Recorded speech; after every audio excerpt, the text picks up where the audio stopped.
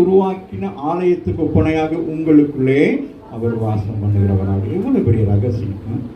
கை மட்டும் இருந்திருந்தா இப்ப சப்பாத்தி ரொட்டி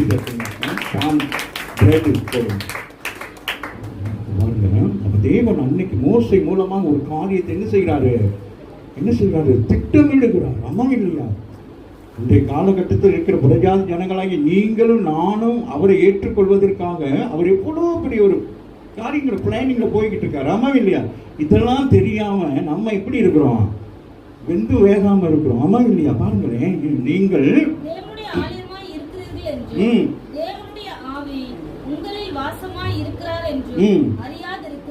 கேட்கிறோம். நீங்க என்ன இப்படி செஞ்சுக்கிட்டு கிடக்குறீங்களே?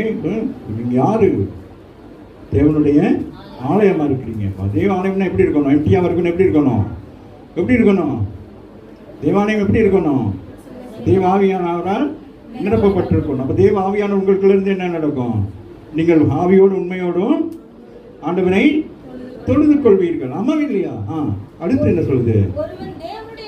ஒருவன் தேவனுடைய ஆலயத்துக்கு எடுத்தால் வேற யாரும் அல்ல, அவனை தேவனே என்ன செய்ய. இந்த திருவிழந்துக்குள்ள வந்திருக்கிறோம் நம்ம. இது அவ்வளவு மேன்மையானது. இந்த சரீரமானது ஒன்றுக்குமே இல்லாதது.